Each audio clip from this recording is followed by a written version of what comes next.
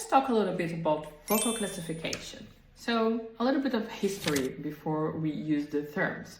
All the names and terms that we use currently to define and classify voices, especially in the lyric world, in the operatic universe, they came from an old tradition based in the Italian school, in where you have like choirs, and then each name used to define one of the lines that those choirs were singing. And it's important to remember that when those names were created, when they start to be used, they were all used to classify male voices, because back at the time, women were not allowed to perform in some places. And also this tradition happened to be born or to get more common inside of the church, so in the cloisters and so on. Later on, of course, we started to use those names to classify female and male singers. All those names, initially, they were